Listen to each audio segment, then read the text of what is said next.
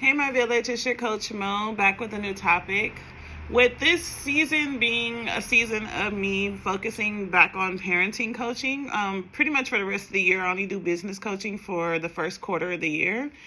I want to start talking about why I became a parent coach. I started off about 7 years ago, a little over 7 years ago, as a family and parent coach, but I niched down to just parent coach when it came to dealing with parents and specifically dealing with co-parenting.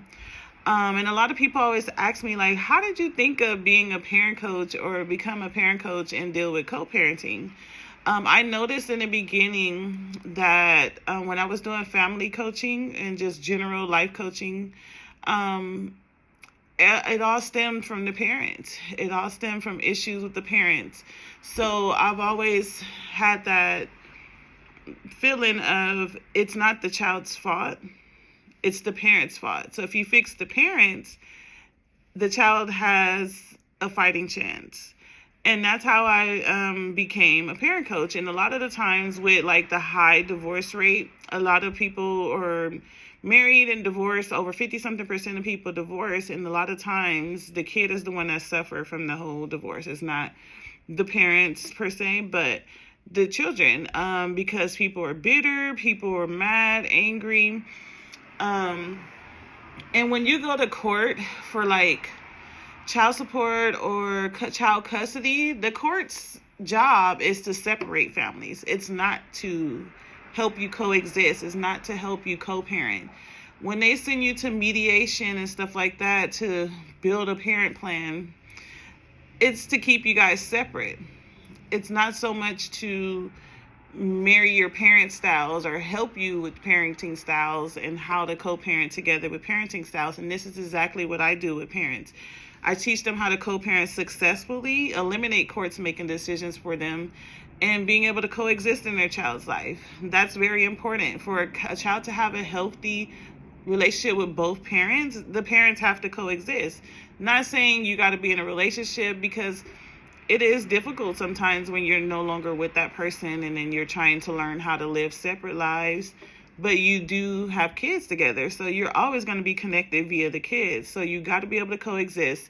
I think it's very immature when people are like, nope, I don't want anything to do with him, or I don't want anything to do with her. We're having two separate birthday parties and stuff like that. How does the kid feel? Like, nobody's considering the kid's feelings. Why should the kid have to choose and have two separate birthdays because they got to have one with dad family and then one with mom family? At the end of the day, you're all still family. So you can't run from that. And having separate parties don't help nobody but you and not the kid. And it's more expensive. It's stupid. So when I seen how people were operating and dealing with grief of the relationship and grieving that relationship, but forgetting about the kid, and at the end of the day, it's not about you, it's about the child. And that's who suffers. So me, I've always been an advocate for the kid.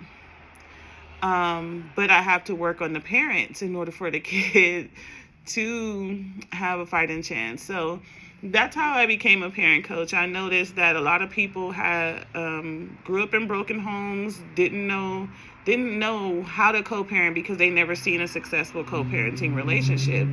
I grew up with my parents. I never seen them together. They were never in a relationship as I known, like that I've ever seen. But my dad had a wife and his bonus kids, and he was raising two of my other brothers and then two of his bonus sons. But we were over there every weekend. He had us all the weekend. He never really lived more than 4 blocks away from us. So we could walk to my dad's house, see him anytime. So my mom and dad, like, I didn't see them argue. It wasn't like toxic situations. Like, they co-parent. We would go and be with him and his wife and have fun, have our family days, go outings. Even to this day, like, my mom can coexist with my dad. We go to his family events, they come to ours. So it's like, I grew up in seeing that, and I don't, like, my village is strong on both sides of the family. I have 2 big families, my mom's side and my dad's side. And everybody is super, like, close. But I have a healthy relationship with my dad, and I have one with my mom. But they never made us like feel like we had to pick. Family can come to our birthdays, because we're twins. It was two of us, so it's too expensive to be doing all that extra stuff.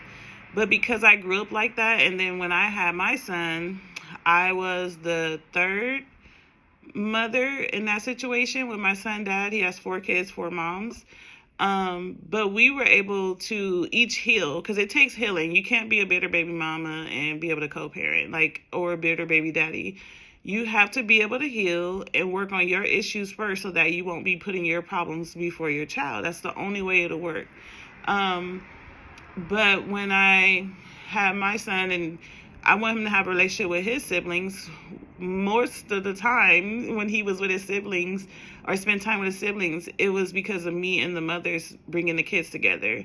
His dad was in the military, so it was a lot of times that he didn't do as much with them as we done with them.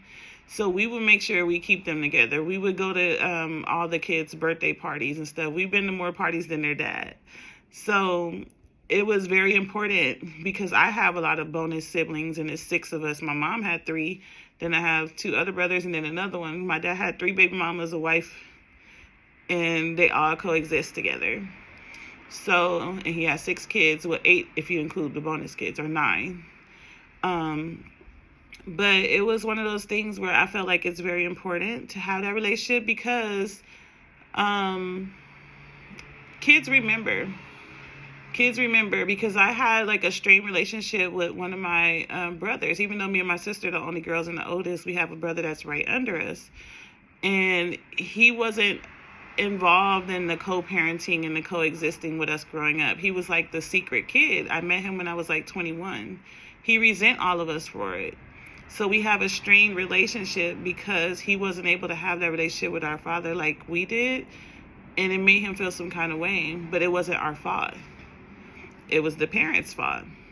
But he had to grow up feeling abandoned and having abandonment issues and resent all his other siblings because of it. So it's very important to be able to coexist and be able to co-parent successfully and eliminate courts making decisions, because courts are not going to give you parenting classes. They're not going to teach you, like me, how to marry your 2 co-parenting styles. Like me and my son dad has 2 different styles of parenting. They're not going to help you heal. So I help parents heal. I help them learn how to communicate with each other, because not everyone can talk on the phone. Not everyone can text message without being misinterpreted. So some people form of communication, they don't know, because they butt heads. And when you button heads, like with text messages, and they misinterpret what you say, that's not your form of communication. So you should never talk to that person in that form. Like me and my son dad, we don't really text. We just get on the phone or FaceTime. I need to see and hear your tone of voice, so I know you're not being an asshole and being sarcastic and misinterpreting my text. So we mostly will talk on the phone, and we'll talk on the phone for hours. But you have to know your form of communication. And I also teach parents how to build a co-parenting plan, one that will actually work. Like who can come to school events and doctor's appointments and things like that. Like, can't just have randoms come into those important things just because that's the flavor of the week. Like, you got to have some type of compromise as to what's appropriate, what's not appropriate. Like, if my son is going to spend the night with you, he's not sleeping in nobody's bed with you and another person. He needs to have his own space. Things like that. That's what you would have to have, those real conversations. Who's going to pay for what? But simple things like that. So I help parents build their co-parenting plan with those details. You don't need a court telling you what you can and cannot do with your kid, because then that puts limitations on you, and that'll make resentment come. Like, oh, I can't even get a passport for my kid or leave the country because their dad won't sign the application, or the dad won't let me leave the country with my kid and go on vacation, or I got to get permission to go out of town. Like, just stuff like that. You don't want to be restricted to what you can and cannot do with your kid. But if you're interested, my Co-Parent Like a Boss program is open. You can message me. And until next time, Coach Mo out.